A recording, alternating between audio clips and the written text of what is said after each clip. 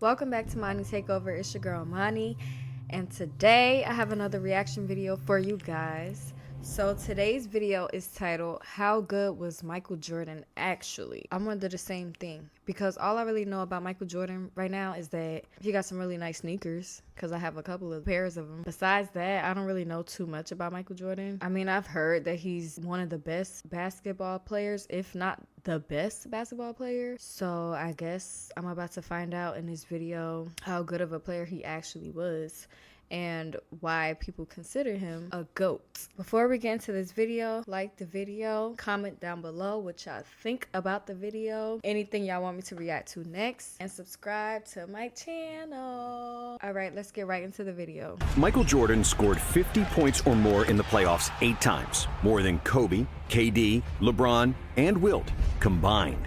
Jordan also had the most 40-point playoff games, more than Kareem, AI, Steph, and D-Wade put together. In fact, MJ is the only player in NBA history who had more 40-point career games than games where he scored less than 20 points. Jordan's godlike aura, brutal trash talk, and physical dominance put fear in opponents' hearts. And while they had to get a good night's sleep before facing the Bulls, Jordan could drink and smoke cigars before the game and still drop 40.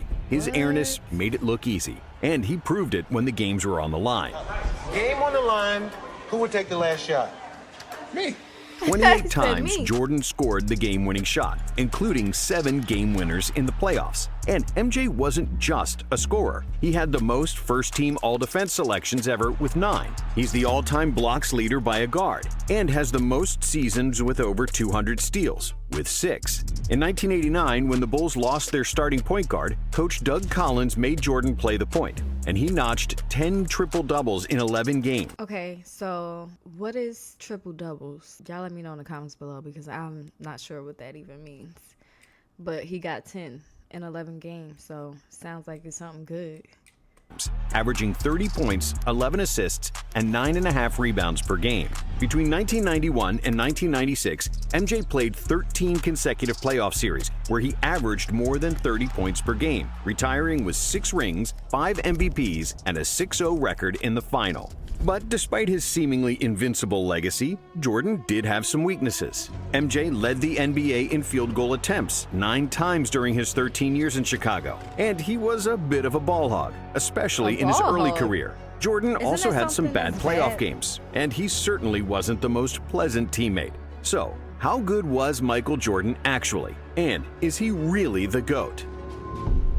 To answer that, we'll start with his genetics and God-given talent. Michael Jordan was supposed to be short. Nobody in his family was taller than 5'9", and as a high school sophomore, Michael was famously cut from his varsity basketball team because he was only 5'11". It sounds sad, but it's true.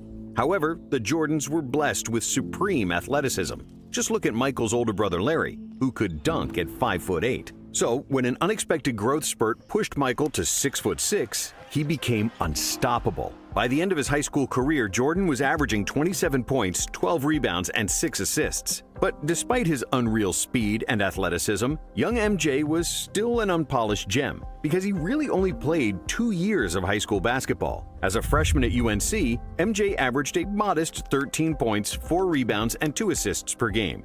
He was the 3rd leading scorer on the team behind James Worthy and Sam Perkins, and his fundamentals, ball handling, and confidence weren't yet at a super high level. But all that changed in the 1982 NCAA Finals, when Michael hit a game-winning shot against Patrick Ewing, winning the national championship.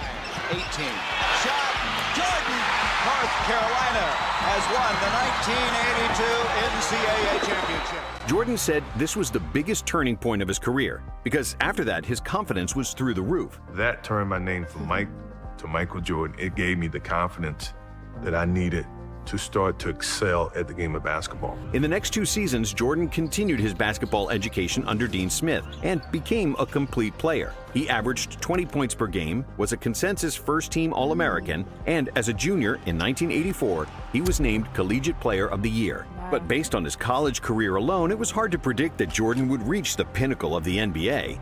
After all, many great players who came before Michael had far better college careers, including Kareem, Magic, Bird, Bill Walton, Bill Russell, Oscar Robertson, David Thompson, Pete Maravich. The only person I recognize on this list is Magic Johnson. And not so much recognized, but I've heard his name before. I don't know, maybe I might watch a video on him, but I'm not sure with the other players. I've never heard of him at all. And a few others. Because of his relatively modest numbers in college, and because the 80s were the era of the big men, Jordan was selected third in the 1984 NBA draft, behind centers Hakeem Olajuwon and Sam Bowie. He's only 6'6", so how much can he really do? We wish he were 7'1", but he isn't. However, it took just 2 practices for the Bulls coach to call the general manager and say, "You didn't mess up the draft this time." For the first day in practice, my mentality was, whoever is the team leader on that team, I'm going after him. And I'm not going to do it with my voice because I had no voice. I have to do it with the way that I play. When the season started, it took Jordan only 3 games to score over 30 and 9 games to eclipse 40. By the end of the first month, it was obvious that Jordan was supposed to be the first overall pick. While Olajuwon looked like a star, Jordan was more like a supernova because there was nobody in the league faster than him. It seemed almost unfair how he blew past opponents with just a single step who had no answer for his drives to the basket. On top of his speed, Jordan was also the most athletic player in the NBA with an unmatched vertical jump and hang time. When he drove to the cup, it looked like he was a fighter jet, and his quickness served as a runway for his vertical takeoff. When MJ raised up for a jump shot, it seemed like nobody was ever guarding him, because the laws of gravity didn't seem to apply to Michael. Defenders could jump at the same time, but as they would inevitably fall down, Jordan would continue to float in the air and shoot completely unbothered. How's the transition been from college to the NBA? Well, I think it's been pretty easy. Thanks to his high-flying feats and insane dunks, Jordan quickly became the most popular player in the NBA. So it only made sense that in 1986, he got voted to the All-Star game, despite playing just 3 games up to that point due to an ankle injury. And that same year, in the playoffs, he set a playoff scoring record with 63 points against Boston. But it was an incredible playoff performance. I've never seen it before, and I had never seen it after. That wasn't Michael Jordan out there. It was God disguised as Michael Jordan. As if MJ wasn't doing enough already, in 1987, MJ led the NBA in scoring with 37 points per game, which was and remains the 5th best scoring output ever, behind only Wilt's insane scoring feats of the early 1960s. I just want the franchise and Chicago Bulls to be respected as a team. It's very hard for something like that to happen, but it's not impossible. Meanwhile, Jordan was miserable. Despite all the fame and individual accolades, he was always losing. In his first 3 seasons, MJ only won 1 playoff game, despite being the best player in the league. But after the Bulls GM Jerry Krause drafted Horace Grant and Scottie Pippen, his life would change forever. In 1988, MJ averaged 35 points on 54% shooting, with 6 rebounds and 6 assists, winning his first career MVP. Because he also led the NBA in steals with 3.2 plus 1.6 blocks per game, Jordan won the Defensive Player of the Year. And he is still one of only 5 players ever to win Defensive Player of the Year and MVP. And after the 1988 dunk contest against Dominique Wilkins, which is considered by many to be the best of all time, some people already started calling him the best player they have ever seen. That's got to be a 50. But none of that mattered, because the most important thing to Jordan was winning. And now with Pippen and Grant on the team, the Bulls had their first 50-win season since 1974. Chicago then finally advanced in the playoffs, winning the first round over the Cavaliers, with MJ averaging an insane 45 points per game. However, in the second round, a more experienced Pistons team defeated the Bulls pretty easily, 4-1. It was proof that individual greatness doesn't translate to playoff wins, a lesson Jordan had yet to learn. But that didn't make him any less entertaining to watch.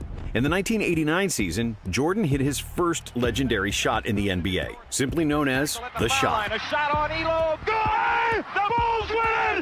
Did y'all see how high he just jumped? Cleveland on Elo. Good! The Bulls win! They win! Set the Cleveland Cavaliers! In the second round, the Bulls got past the Knicks, but they again fell victim to the Pistons, who bullied Jordan with their physicality. And in 1990, it was more of the same.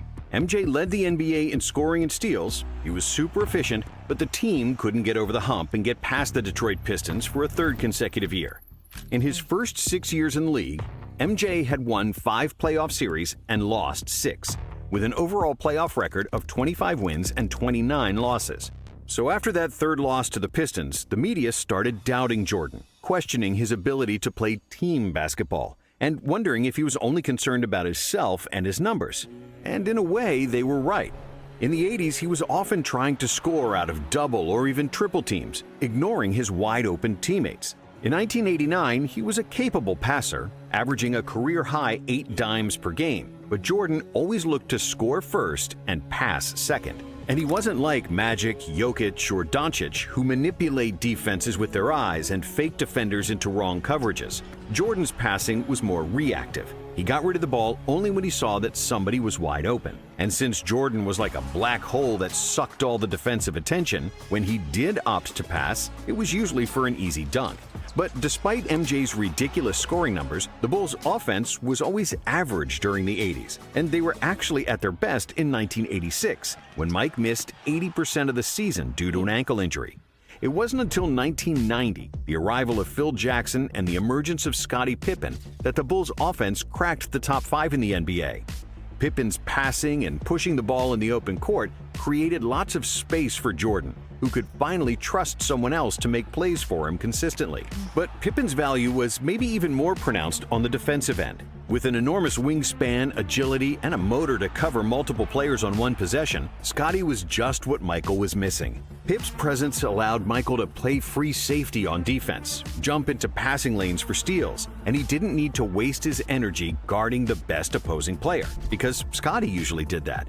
And after agonizing defeats against the Pistons, MJ decided to bulk up, which was unprecedented at the time. Players didn't spend much time in the gym, and if you look at all the players in the 80s, they looked lean. But hardly anyone was super muscular. So when MJ returned for the 1991 season, he was still super quick, athletic, and could contort his body in the air like no one else. But this time around, he was also much stronger, which allowed him to absorb contact better and bully smaller players with his size. What also helped Michael was the arrival of coaches Phil Jackson and Tex Winter, who instituted the triangle offense, which was based on cutting in open spaces and playmaking out of the post. If executed properly, the triangle was believed to be the most optimal offense to optimize spacing. MJ didn't have to bring up the ball all the time and force his shots, and he was receiving the ball closer to the basket, where he'd bully smaller defenders and dominate like never before. Even though Jordan was phenomenal from the moment he stepped into the NBA, in 1991, he was at his best, and he won his second MVP award. The 91 Bulls had the best offense in the NBA, and they crushed the opposition in the Eastern Conference. They swept the Knicks, beat the 76ers in 5, and then finally got their revenge against the Pistons. This time, it wasn't even close, as Detroit was on the decline after 3 straight NBA Finals trips, while the Bulls were ascending. MJ swept Isaiah and the Pistons, who famously left before the final buzzer of Game 4, refusing to shake the Bulls' hands. We finally got over the hump of the loser's mentality. We were starting to become a winning franchise. And, the sky was the limit. But in the NBA Finals, another legend awaited, Magic Johnson. And it seemed like the 5-time NBA champion still had the upper hand when the Lakers defeated the Bulls at home in Game 1. That is, until Phil Jackson made the adjustment to have Pippen guard Magic, which turned the series around. And in Game 2, Jordan dazzled the world with another iconic move, switching hands mid-air to score an acrobatic layup.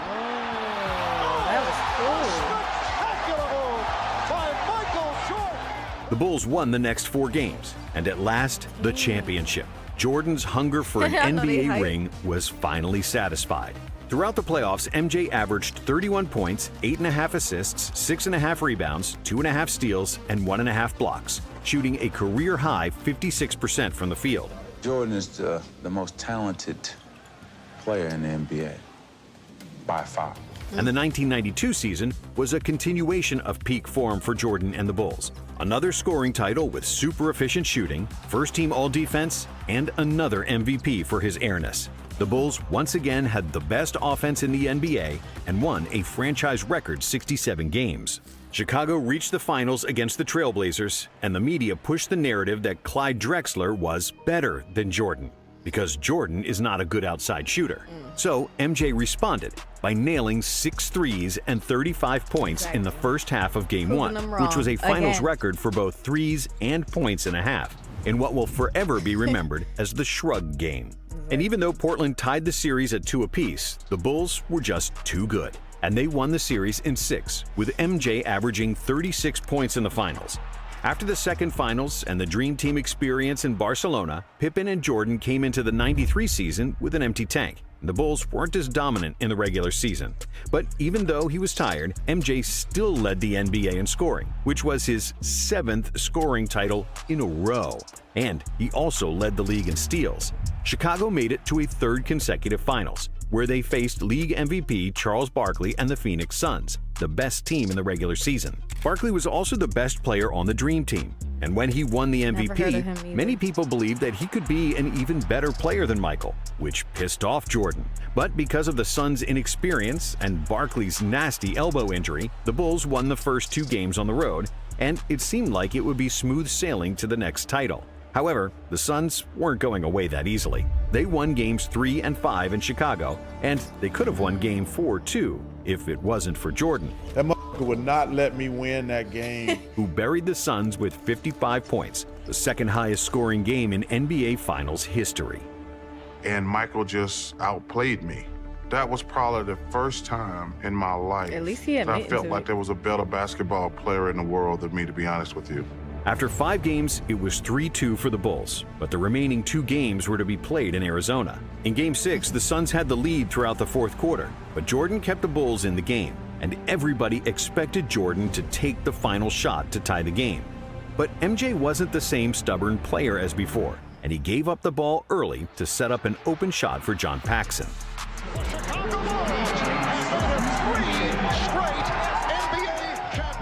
That was it, a three-peat, and MJ's legacy was set. Jordan finished the '93 finals with averages of 41, 8, and 6 on 51% shooting and 40% from 3. And this wasn't even his best playoff series statistically. MJ was on the top of his game, and his basketball IQ, winning mentality, and physical dominance all synced in perfect harmony. Jordan showed his otherworldly ability to beat an opponent one-on-one, separate double teams, attack the rim, but also to find open teammates. If we compare the 1993 Jordan to his early NBA years, the growth was evident. When it was needed, he was pressing full court defensively. When nobody could score, he recognized it and carried the Bulls. And when he got doubled, he gave up the ball without trying to be a hero.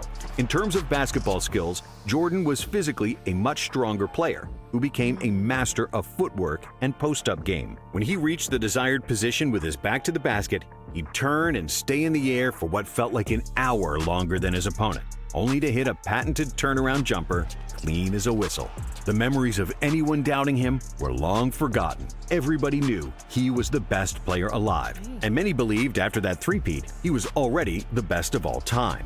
My love for this game is strong. I'm going to be here as long as my love is strong, Jordan told reporters after the finals in a champagne-soaked locker room. However, just 1 month later, his father was killed, and Jordan retired from basketball for a year and a half. The love for basketball was put on hold. I had him for 32 years, and he taught me a lot in 32 years. You know how many kids get that opportunity? Very few. In today's society, get the chance to spend that much time with their parents and get that type of influence. 18 months and a stint in minor league baseball later, and the itch for the game became too strong. So Jordan released arguably the most famous 2-word press release of all time. It came in a 2-word statement, which is now just begging to have a Nike campaign built around it. Quote unquote, "I'm back." And it didn't take Jordan too much time to show that he was still the god of basketball. In just the 5th game after his return, he poured in 55 points against the Knicks in the infamous double nickel game. But overall, MJ struggled with his shot, shooting a career-low 41% from the field. And it turned out that playing baseball for a year and a half took a bite out of his greatness. Even the best players need to practice. And in the second round of the playoffs against Orlando, things didn't go according to plan. Even though Michael averaged 31 points on 48% shooting, the Bulls weren't as strong inside. Horace Grant, who used to be their starting power forward, was now playing for Orlando. And together with a young Shaq, the Magic simply outmuscled the Bulls in the paint. Many people will say the Bulls lost in '95 because Jordan wasn't in peak form after his baseball hiatus. And there is some truth to that. But Jordan actually averaged his usual numbers. Really, basketball is just a team sport. and they lost because Orlando was much bigger and deeper than them. Thankfully, the Bulls management knew that too. Last week, the Bulls announced the acquisition of a player many people consider the most controversial basketball star in the NBA. They added Dennis Rodman to the team, the best rebounder of all time and one of the fiercest defensive players ever. I don't care. Whatever. What's up? A year before, they also added Steve Kerr, the most accurate three-point shooter ever. And together with a defensive dog, Ron Harper, and Tony Kukoc, who was the most versatile power forward in the NBA, MJ had the best supporting cast in the league. In the 1996 season, the Bulls were so good that they became only the second team in NBA history to lead the NBA in offensive and defensive rating. And their plus 13.4 net rating is still the best ever. Their 72-10 record was the best of all time, and, of course, Jordan won an MVP, averaging 36-4. As for the playoffs, there was no stopping the Bulls. Only the Sonics in the finals showed any kind of resistance, and Gary Payton was the first defender to have slowed down Michael, but he couldn't beat him, and Chicago won their fourth title, with Michael crying his guts out in the locker room because it was the first championship he won without his father. I know he's watching. This is for Daddy. I'm very happy for him. He's a voice of reason that always drove and challenged me. That's the type of father I had. Like a friend? Yeah, like a friend. And when the 1997 season started, the Bulls continued to rule the NBA. With 4 Hall of Famers, the most accurate three-point shooter of all time, and other excellent role players, no team could match up with Chicago. Running the triangle like a well-oiled machine, the Bulls dominated the regular season with 69 wins, and getting to the finals seemed like a walk in the park, as they only lost 2 games in 3 playoff series. But in the finals, it wasn't that easy, because they played the formidable duo of Stockton and Malone and the Utah Jazz. This series would be remembered by the infamous flu game, where Jordan suffered from food poisoning and had a fever before the pivotal Game 5 when the series was tied. But Jordan played through the illness and managed to squeeze every atom of strength to score 38 points, and the Bulls won 90-88. In Game 6, Jordan trusted Steve Kerr with the final shot, and Kerr hit a jumper for the win in the final seconds.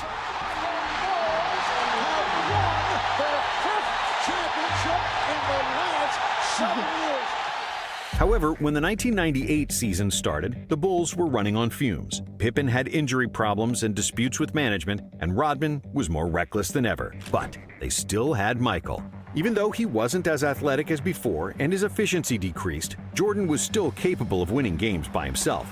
The Bulls finished with 62 wins despite Pippen missing half the season, and that's why Jordan was named NBA MVP for the 5th time. In the playoffs, the Bulls survived the Indiana Pacers in the Eastern Finals, winning Game 7 by 5 points. And then, in the finals, Utah awaited again, hungrier than ever. In a tough defensive series where neither team scored 100 points, Jordan proved his clutch factor once again, hitting arguably the most famous shot in NBA history over Byron Russell. Jordan, open, Chicago with the lead! 6 championships in 8 years, with 6 awards for the Finals MVP, and Jordan achieved basketball immortality. And if this is the final chapter, what a way to close the book.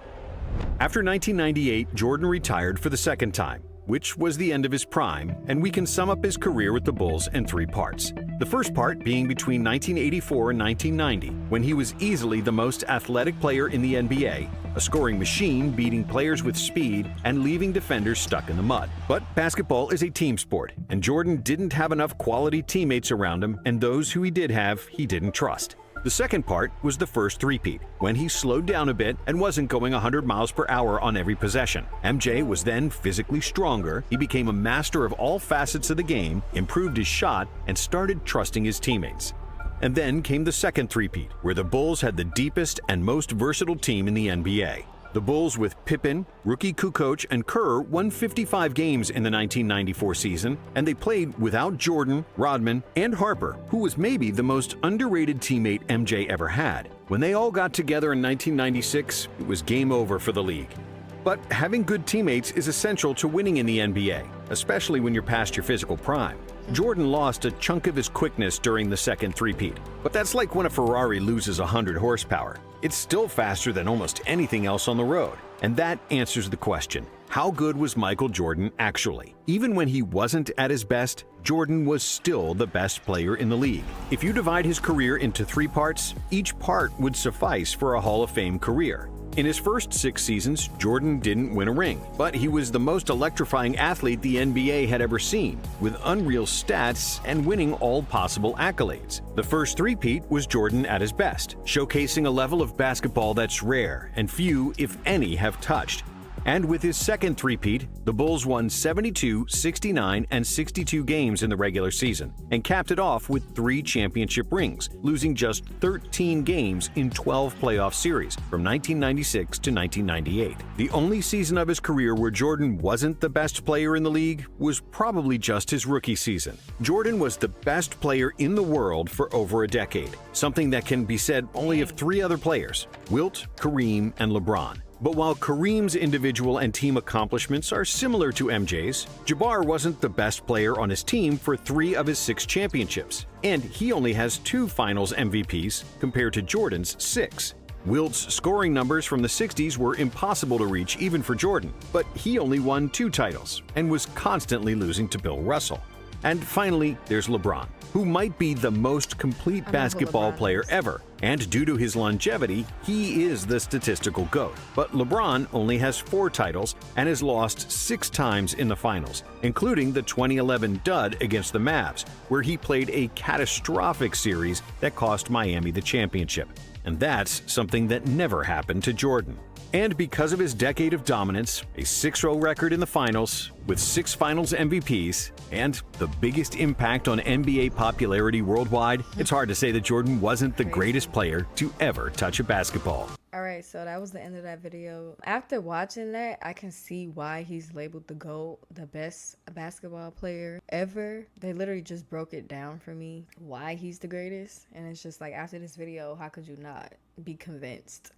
So I'm definitely convinced. That was definitely an interesting video. I definitely would have had a good time if I was at one of those basketball games, because it just looks so intense and the crowd just looks so lit. He's a GOAT for sure. Let me know what y'all think in the comments down below. Like this video and subscribe to my channel. See you on the next video.